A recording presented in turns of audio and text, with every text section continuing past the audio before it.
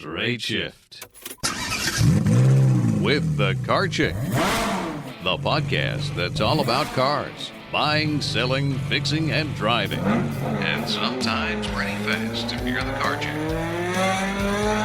Now, here she is. Welcome, everyone. Today on the Straight Shift, we are going to talk about road rage. Just about everyone has encountered road rage in some form or another. It's practically a staple of our automotive culture and everyday life in America. But it's a huge problem. It can range anywhere from mildly annoying, the guy who flips you off or blares their horn at you, to situations that are much more serious and cause injury and even death. For those people who have truly experienced road rage scenarios, it can be really terrifying. It is a big problem in American society, and today I want to talk about some of the statistics around road rage that may probably horrify you to find out, but to also talk about how can we avoid this? What are some things that we can change about our own behaviors, both in terms of driving and in the way we react to situations, that can make things better and reduce road rage. So today, I am going to give you the road rage test. And as I go through the questions, I will be honest with you and answer them for myself as well, because I am certainly not immune to those behaviors myself. And it's something that I truly and consciously work on every day, but it is something that I have to work on every day. So we're going to do the road rage test, and then I'm going to give you some great tips for how you can manage and help reduce road rage, both in yourself and the other drivers around you. Road rage is a leading cause of traffic accidents. We think about, what causes traffic accidents, and I really don't like using the word accidents because they're not accidents. They don't happen accidentally. They happen because people do the wrong thing. They're behaving badly. They're not driving well. They're not paying attention. But road rage can be linked as a leading and causing factor in a lot of these traffic, we'll call them crashes, incidents. Recent data from the National Highway Traffic Safety Administration revealed that 94% of all accidents are caused by driver error. No kidding, right? But of those accidents, a third of them can be linked to behaviors that are typically assigned to road rage. These are things like, illegal maneuvering, not using your turn signal, tailgating, not paying attention to what's going on around you, and therefore not seeing what other drivers are doing or misinterpreting what another driver is doing. And furthermore, some data gathered by SafeMotorist.com says that nearly 2/3 of traffic accidents can be linked to what's called aggressive driving.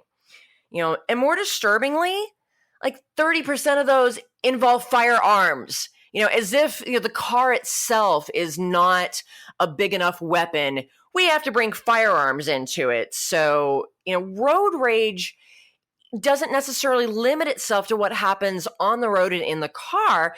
It can continue once the driver is out of the car. And that's when the situation starts to get very, very scary and very life-threatening. Many people that have been victims of road rage turn into aggressors themselves. If you think about it, that is Psychology 101.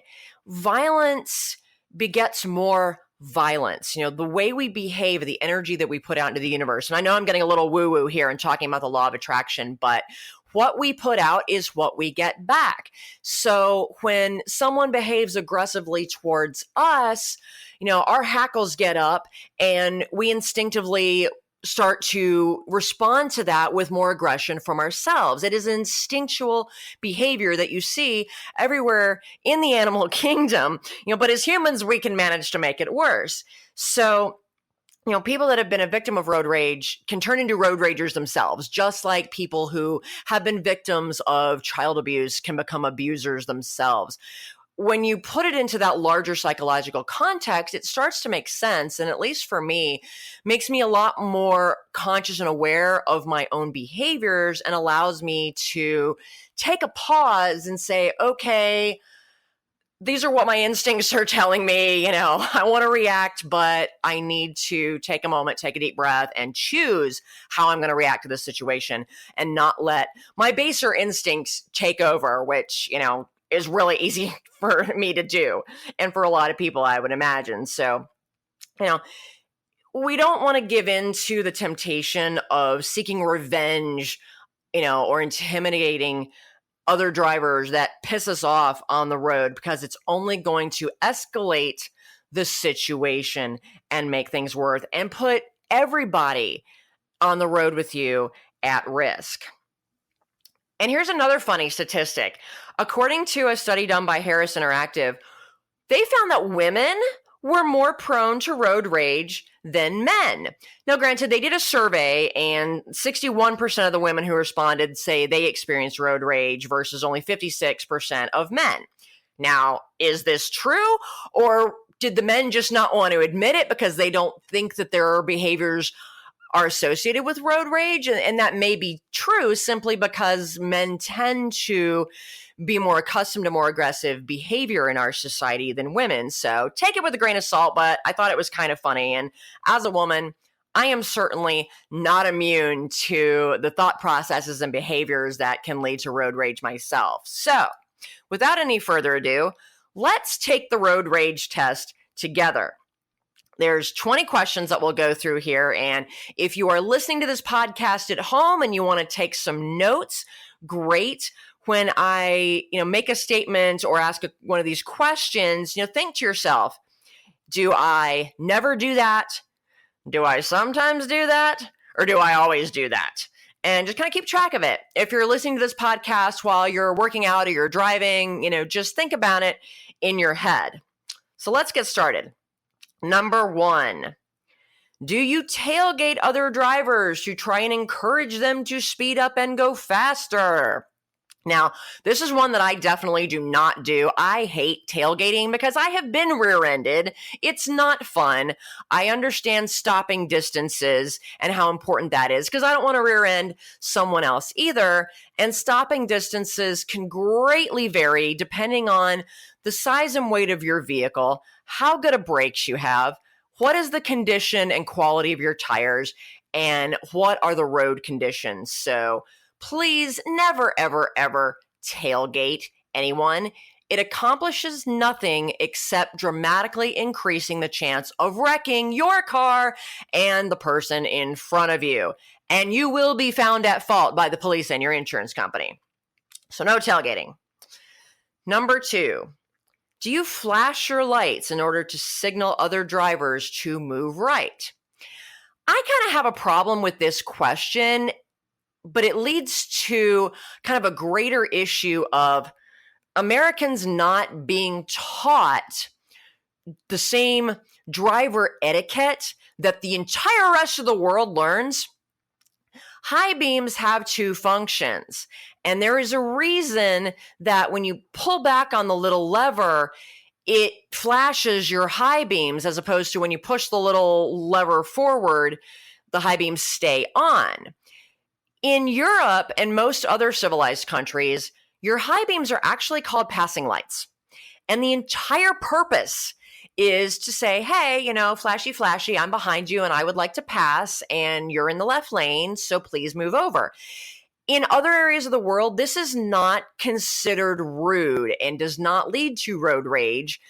It's a problem we have in America of not being taught proper driving skills and etiquette. So, if you're like me, and I do use my brights to flash somebody, I do not mean it aggressively. I'm not angry. I'm just going, hey, I'm back here just to let you know, would you mind please moving over because I'm driving a little bit faster than you? And then I usually wave to them and say thank you so that to try and communicate that I'm not being a jerk about it. So if you're in the left lane and somebody comes up behind you, first of all, you should be paying attention and checking your mirrors frequently to know what's going on around you. And if you are driving in the left lane and there are cars behind you coming up that want to move faster, the law says you should move your butt over. There's no entitlement to driving in the left lane.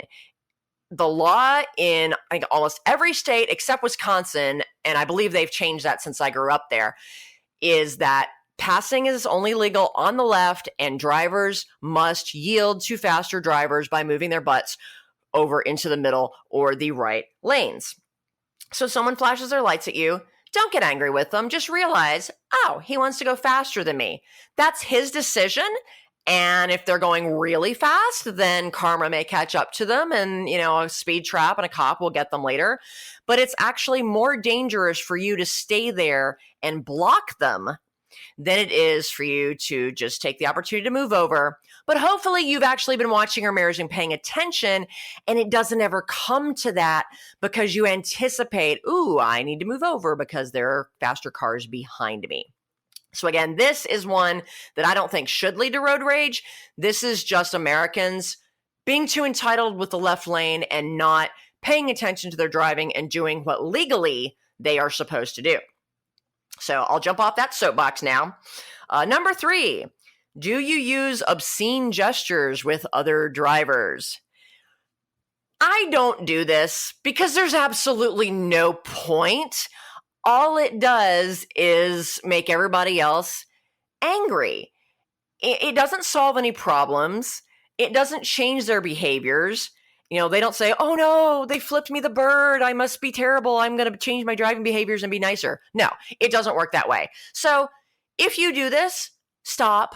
It's not worth it. It accomplishes nothing, and it only contributes to more road rage. Number 4. And if you have known me for more than 5 minutes, you will know this is one of my biggest driving pet peeves. Do you use your turn signals to change lanes? If the answer to that question is no, then you need to go to my website, go to my blog, or go to my YouTube channel at carchick-tv.com and watch my episode of Shut Up and Drive about not using your turn signals. The turn signal comes free with the car. Its whole purpose is to communicate to other drivers what you intend to do so that they can avoid an accident with you.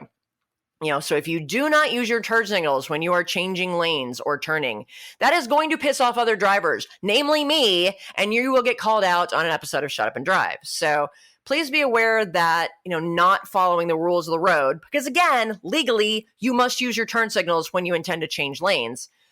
That's going to lead to more road rage of the people around you. So please get in the habit of using your turn signals properly. Number 5, do you use your horn to indicate your irritation with other drivers? Now, here's another one that I have some mixed feelings about because, again, this is kind of an American cultural thing. We tend to use our horns very aggressively. I mean, has anyone ever driven in New York? Oh my gosh. We blare the horn, we slam on the horn, we go, wah, when we're really mad at somebody. The rest of the world does not do this. They use the horn as a polite communicative tool. They go, beep, beep, hey, go ahead and merge in front of me. I don't mind, I'm giving you the space. Oh, beep, beep, thanks for letting me in. It's a polite thing to get the attention of another driver. So blaring on the horn in America doesn't do you a bit of good. And I have been really guilty of this. I actually am more likely to hit the horn before I hit my brakes. That's how fast my reaction time to the horn button is on my car. And it doesn't help that I've got 2 buttons and they're right underneath my thumbs on the steering wheel. So they're really easy to get to. But I will usually only hit my horn, not to communicate any aggression or irritation, but if a driver is like moving over without looking and is about to hit me, I will blare on my horn to get their attention so that hopefully they will stop and not run into me. If that pisses them off, I'm sorry. I'm just trying to keep from getting hit. So, be aware about how you use your horn. And if you are using it simply to communicate your irritation with another driver, it may not be doing you any good. For those of you who live in New York, just keep doing what you've been doing. It's part of the culture up there. But for the rest of us, especially in the South, it tends to lead to a lot of road rage because it makes people really, really mad. All right. The next one. I frequently change lanes to the left and right to get past slower traffic. Okay, so this is one that I am totally guilty of. However, I've always seen people that, kind of weave in and out of traffic.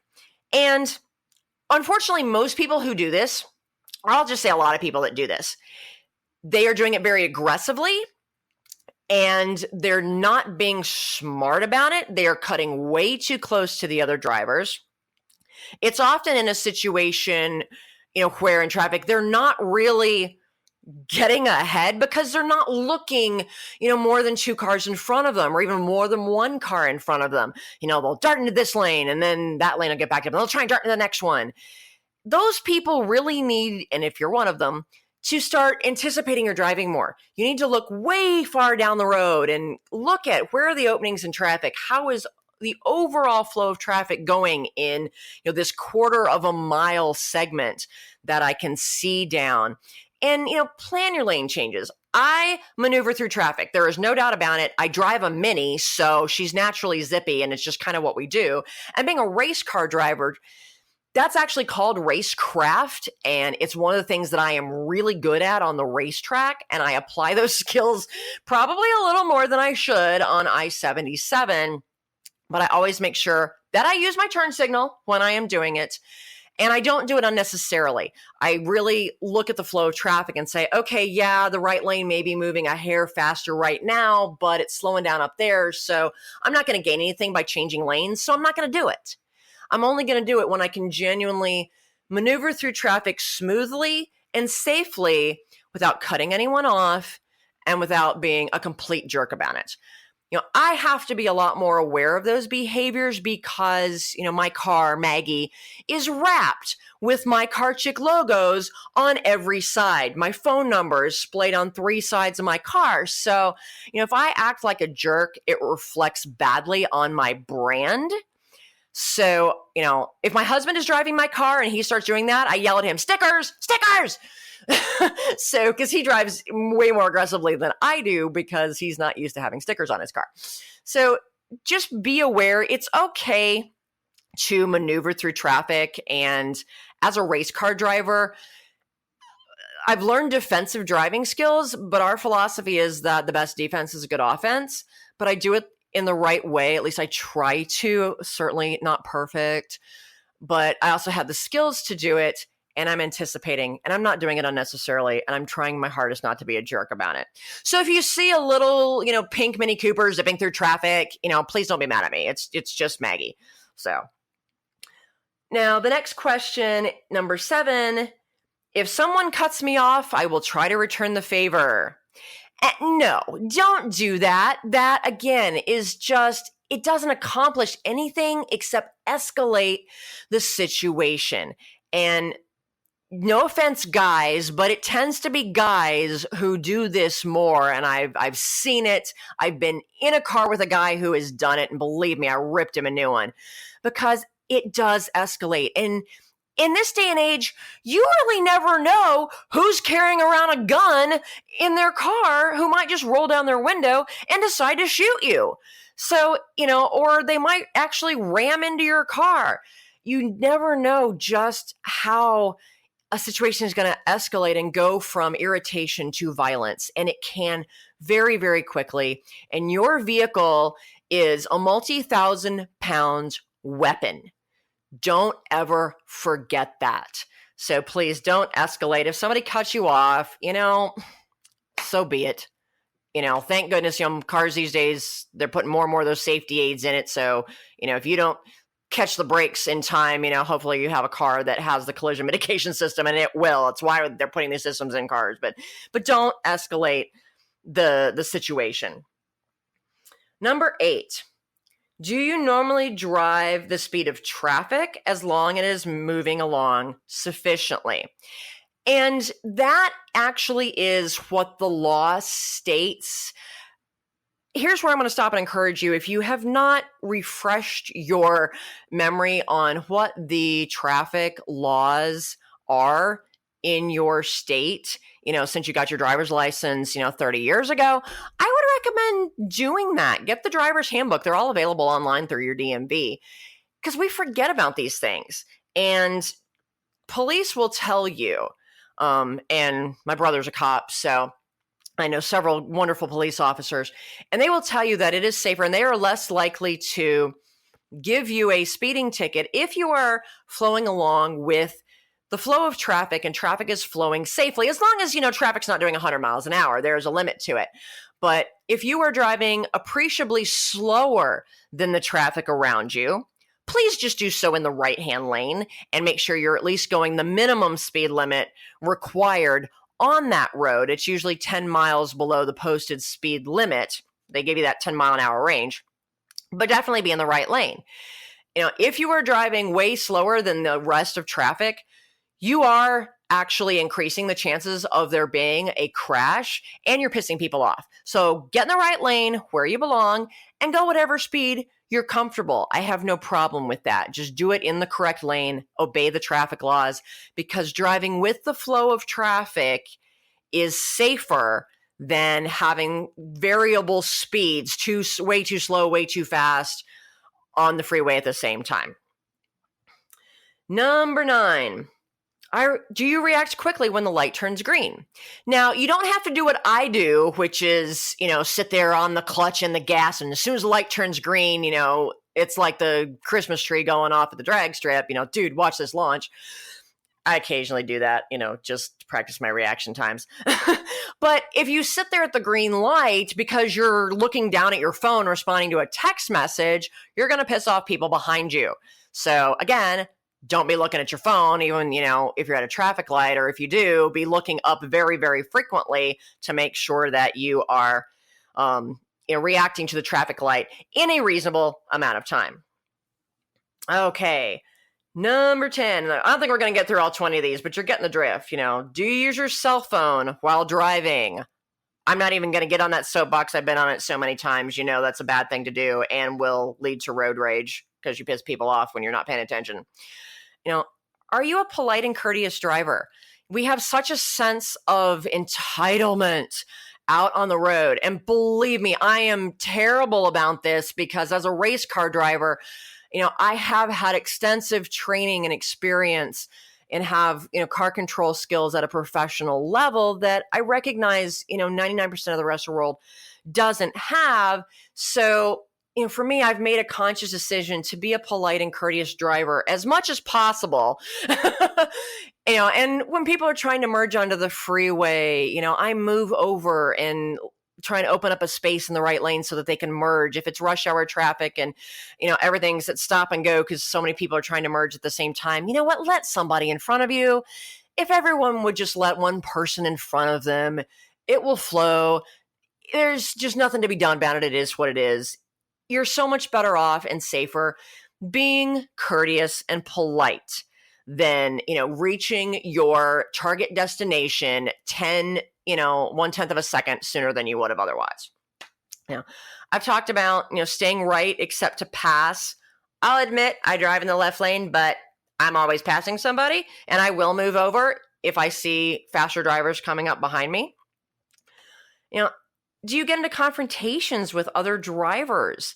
That's when the road rage gets really, really dangerous. So don't escalate. Do not confront another driver because you never know. If you follow them off the ramp and into the parking lot and try and confront them about their behavior, you do not know if that person is armed or not. That is just the reality of America today, and it's just not worth it. The only time I will confront another driver is if, they have a bunch of brake lights out and they probably don't know it. I'll make them aware, hey, there's something wrong with your car that is dangerous. You might want to, do something about it. Okay. Do you feel that all other drivers are complete idiots? Okay, yes, that is true for me. I have really had to kind of reframe my brain because I have to recognize that driving education in America, it sucks. It's absolutely terrible, and they don't teach you how to drive.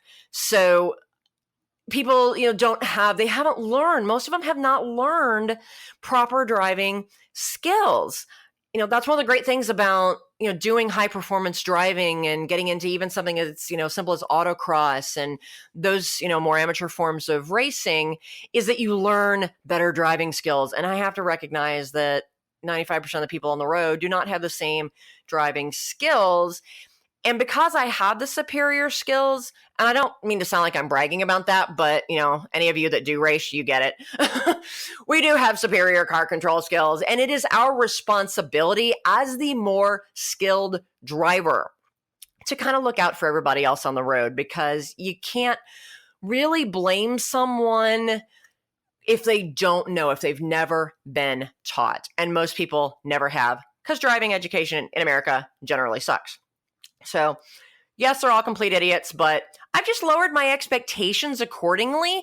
And so I expect other drivers to do the wrong and unsafe thing. And I anticipate that and just keep myself away from them and do what I can as a driver to make the road around me safer and make it easier for them to do whatever it is they're trying to do, because they probably just don't have the skill to do it. So just make it easier for them.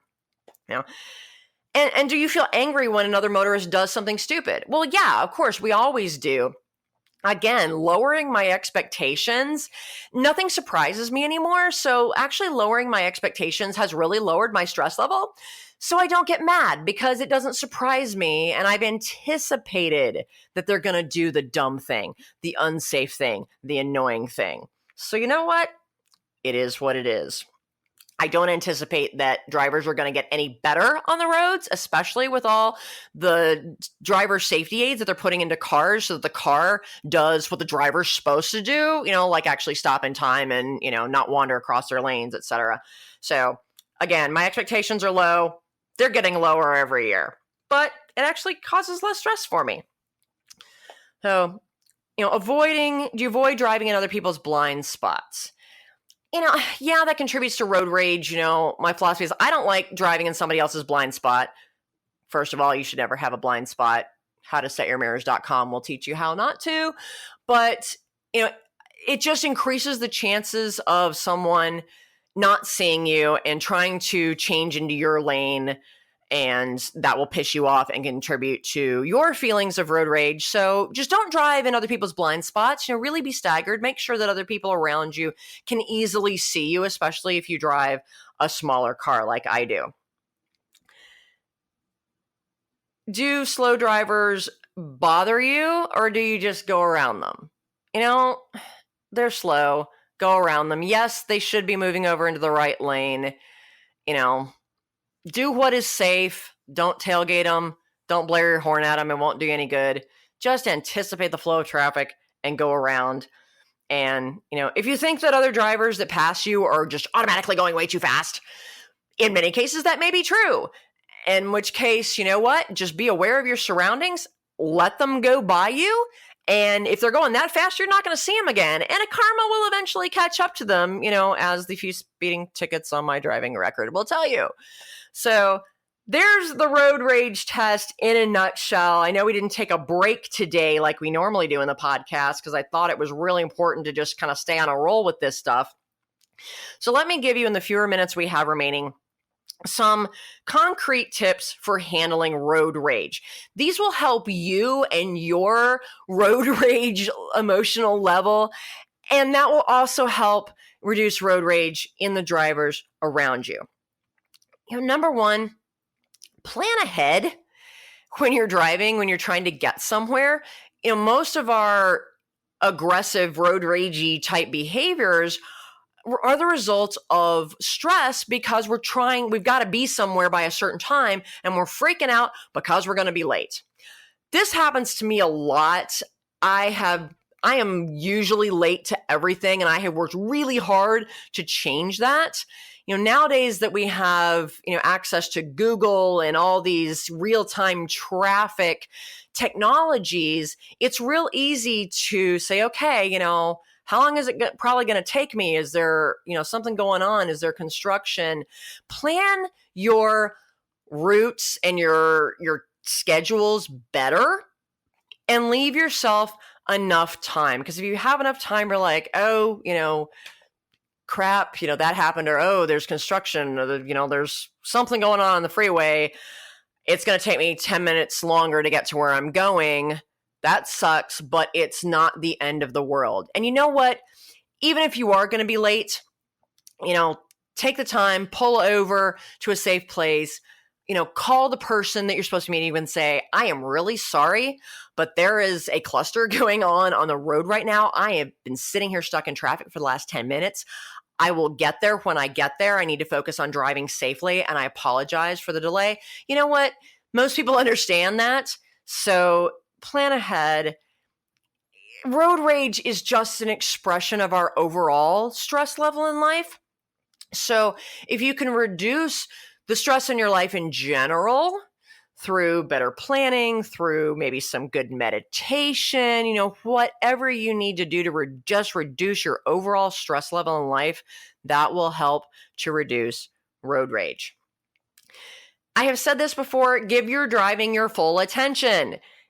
Inattentive driving is what causes 94% of traffic accidents and therefore pisses people off and leads to road rage and escalated incidents and even violence. So if you are giving your driving your full attention, you will be able to anticipate, you will be a better driver yourself, and you'll avoid getting yourself into situations that lead to road rage. And a part of that is learning, or in many of our cases, relearning the rules of the road. Most people have not looked at a driver's manual since they took their learner's permit test when they were 15 and a half years old. So going back and refreshing your memory on truly what are the rules of the road, because so many of the things that piss off drivers are actually people doing the right thing. So many people get angry that, drivers that are in a lane that's ending and have to merge over, are waiting until the last minute to merge over. Guess what? That's what you're supposed to do. Yeah, it's great if you can find an opening sooner and scoot over, but the drivers that are waiting until the lane actually merges to merge over, they're doing the right thing. That's what you're supposed to do. Now, the idiot that goes past that and drives onto the shoulder, is a jerk. And, if you're already in the regular flow lane, if you cut into the merge lane to try and sneak around everybody and cut back over, yeah, that's kind of a douchey move. Don't do that. But be aware, drivers are supposed to merge at the merge point and just let one person in. That's all you're obligated to do, but don't block people. They're doing what they're supposed to do 90% of the time. So learn the rules of the road and what people are supposed to do, the way the roads are designed to flow, what is legal, what is not legal, and that can really reduce your stress level, and it'll make you a better driver yourself. Another thing you can do is you can do some what I call car yoga, some relaxation exercises in the car. I will do this when I am driving on the freeway and I am stressed and stopping at traffic, and maybe I've been on the road for an hour and I'm sore. These are things that we actually do in the race car because I do endurance racing. And so I am strapped into a race car for, 3.5 hours sometimes. And let me tell you, that gets kind of stressful. So, just keep your hands on the wheel in the 9 and 3 position where they're supposed to be, and just do some shoulder shrugs. Kind of stretch, your head from side to side, trying to put your ear to your shoulders. Just do these little exercises. Take one hand off the wheel at a time, only one, and stretch out, flex your hand, stretch out the muscles in your hand, release some of that tension. Do some deep breathing exercises. Inhale slowly for 6 counts, hold for 6 counts, exhale slowly for 6 counts, hold for 3. It's called 6-3-6-3. Those breathing exercises put your body into a more relaxed and healing state, and it makes a huge difference in your stress level, even when you're driving. And use restaurant etiquette. That's what my mother always called it. Behave as if you were actually face to face with the other driver in a nice public place like, a high-end restaurant, and use your dang manners. Think of it that way. And one of the reasons we get so aggressive is because we feel like we're safe in the little bubble of our car. The way we behave when we're distanced from someone who's making us mad versus the way we behave when we are actually face to face and in public should make you behave better. Granted, it doesn't always, but think about using your manners when you are on the road. And finally, realize that you cannot control the other drivers around you. You can't control what other people do at any point in life. The only things you can control are what you do as a driver and making sure you're driving safely, courteously, and legally. And you can control how you react to everything that's going on around you. And I'll tell you, before I launched this podcast, I hosted a nationally syndicated radio show called America's Garage for 8 years. And I had a 2-minute segment on that show called the Car Chick's Peeve of the Week. And I got 2 minutes to bitch about, whatever, usually something that I had seen on the road that had pissed me off, that week or on that drive into the radio station. And I found that kind of gave me an outlet for the things that pissed me off on the road. And when that radio show ended, I took that concept and I launched a web series that is on my YouTube channel. It's called Shut Up and Drive. I have forward and rear facing high definition dash cameras in my car. I call it the Maggie Cam. So when I do see a driver doing something unsafe, incorrect, downright stupid, they get caught on the Maggie Cam. And then I have a camera that faces me in the car that I can just hit the record button and I will do a little running commentary about it and talk about why that behavior is unsafe and what you should do instead. And that's given me a great outlet. So now when somebody pisses me off, I don't get angry. I get excited. Hey, we got a new episode of Shut Up and Drive. And there's, going to be an endless source of that. I think I'm up to episode 25 right now.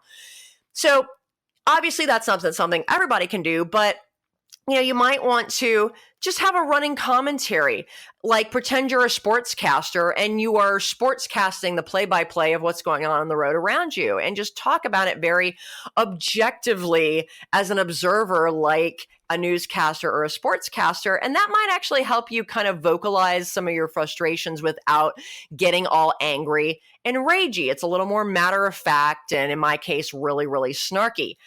Honestly, I found that to be extremely therapeutic, and I just laugh. I'm like, oh, wow, look at what that dumbass did. That wasn't safe for this reason, and I just kind of laugh it off. And that's made all the difference in the world. So I hope that some of these questions have made you more aware of your own driving behaviors, and I would encourage you and even challenge you to take a week and examine your own driving behaviors. And are you guilty of any of these things, and what can you do to change that, to reduce your stress level and to make yourself a safer driver on the road and not contribute to the escalating problem of road rage. Road rage kills and injures thousands and thousands of people every year on the road. We need to do something to break the cycle of anger and violence in our society. And it's in a lot of areas, but this is one that you actually have some control over. So folks, be safe, be courteous, and don't be road ragey. I'm out of here. The Straight Shift Podcast is copyright LeeAnn Shattuck, The Car Chick, 2017. All views expressed by guest and or co-hosts are those of the guest and or co-hosts, and not necessarily those of LeeAnn Shattuck or The Car Chick.